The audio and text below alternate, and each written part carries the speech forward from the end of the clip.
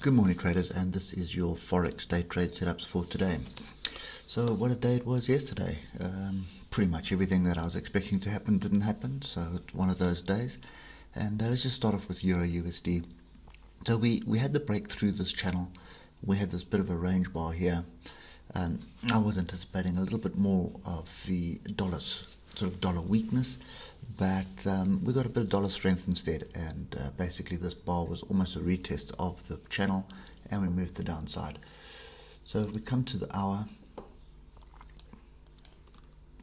you'll see you're sort of hovering around here. I was really expecting a bigger pullback and a flip of the trend. It didn't happen. Trend maintained on the hour, and that is to the downside.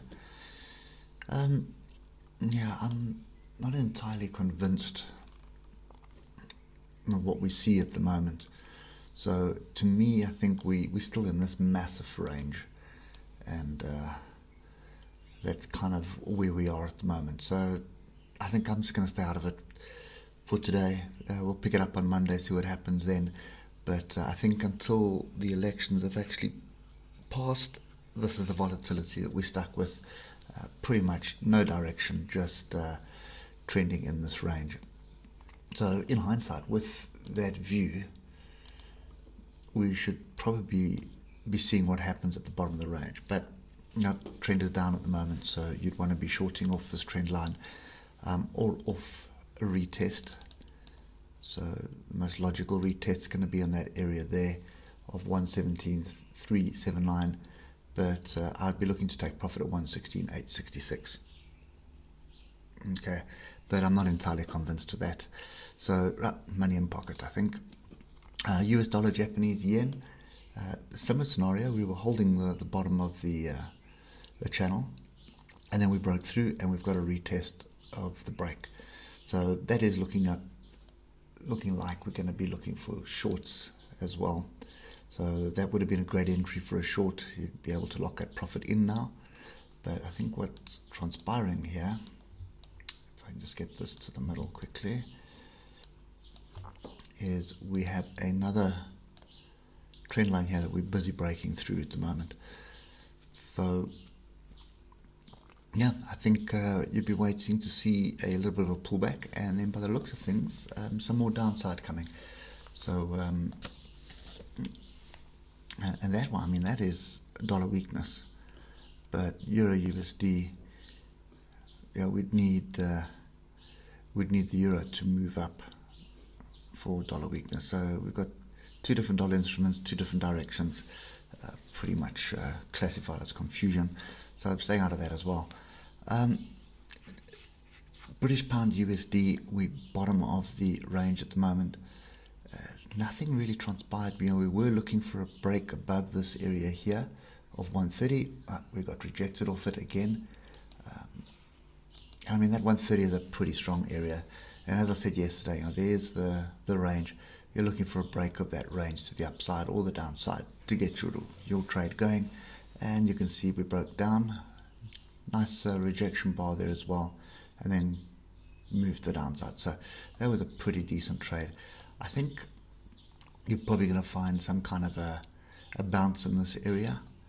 Let's just go back to the 8 hour quick, just to put it a level in. And you can see a lot of interaction in this zone here. So I wouldn't be too surprised to see us sort of get buyers come in and then sort of move back up to, I won't say top of channel because this is a lower high here. So probably up into another area of support, or resistance should I say, so which would be something in the region of 130 again, or 129.727. So, but it is again way too volatile for me. Look how we're moving above and below the moving average. There's no real direction, so this is sideways, and for me that's just stay away from it. New Zealand dollar, Japanese yen, really nothing to add to this. We're still sideways. Nothing that is exciting me on this pair at the moment. You look at that there, that is range. I don't like trading ranges, so we could get a break to the downside. But if you do get a break to the downside, look at all the potential support that could be found at the moment. So if you look at the bigger picture here, we're really going nowhere. Okay, so stay out of that one as well. British pound, Japanese yen does look like we are breaking. Now, we had a level here that we were looking to break yesterday. We'll look at that now in the hour. It didn't really materialize. You can see a nice big green bar, engulfing bar, and then no confirmation. So no continuation of that. Now we're back in this zone. Okay, now if we just get to the hour,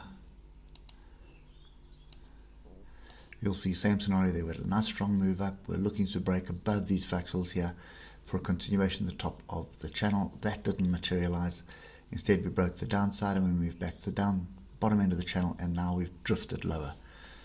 I'm not convinced that it's a break of the channel just yet. I think the bigger picture across all currencies at the moment is we are sideways. Okay, so there's so much noise happening that nobody knows what's going on and which currency to back. Okay, Aussie dollar, US dollar. So we did break out. So let's just go back to the beginning of the week. We had this double top here. We had to break the downside. That failed. And then we had to break the upside. So we were expecting sort of that kind of target up there. Well, first we were expecting this target. So this target has been almost hit. But obviously it's irrelevant because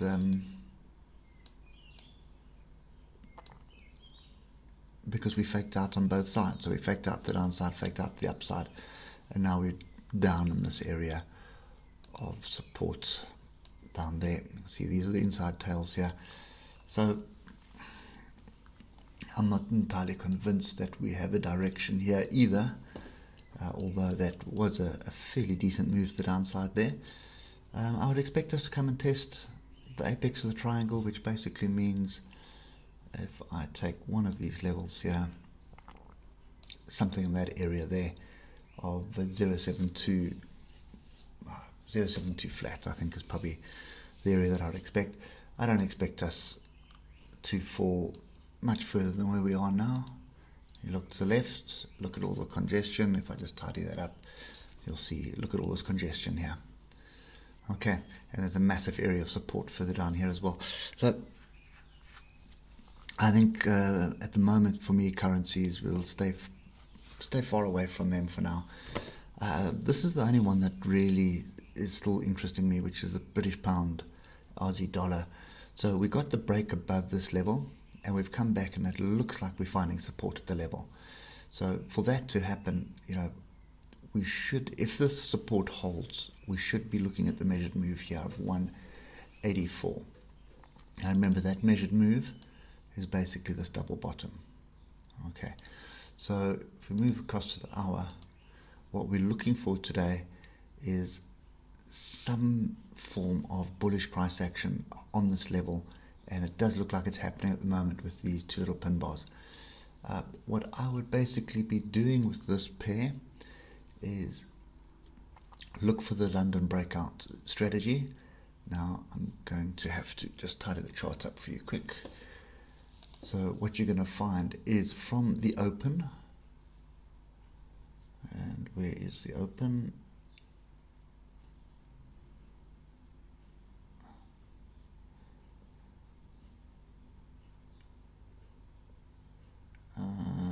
Not that one, this one. Yeah. Okay, so the open is here. So you're going to keep watching this until the British markets open. Okay, and it should be around 7 1-hour bars. Okay, so we've still got 3 hours to go, and then what you're going to have is whatever the top and bottom is will be your range, and then you're looking for a break to the upside or the downside of that range.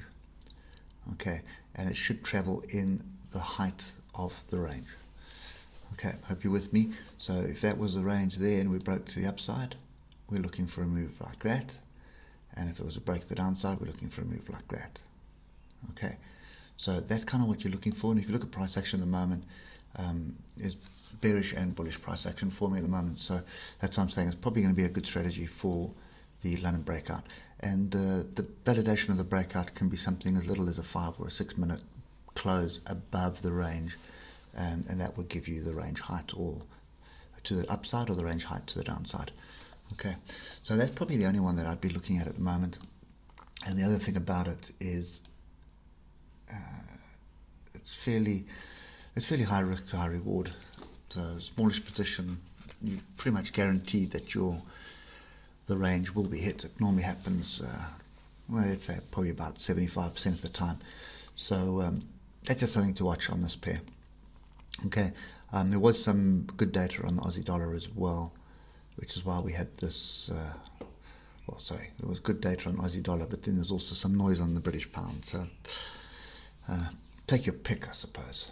Anyway, so that's a total confused day for me on the currencies. Yesterday didn't go to plan at all. And so I think we'll just sit quietly on the sideline, regroup, and we'll come back at it swinging on Monday morning. Anyway, hope it helps you somewhat, and we'll catch you later. Cheers for now.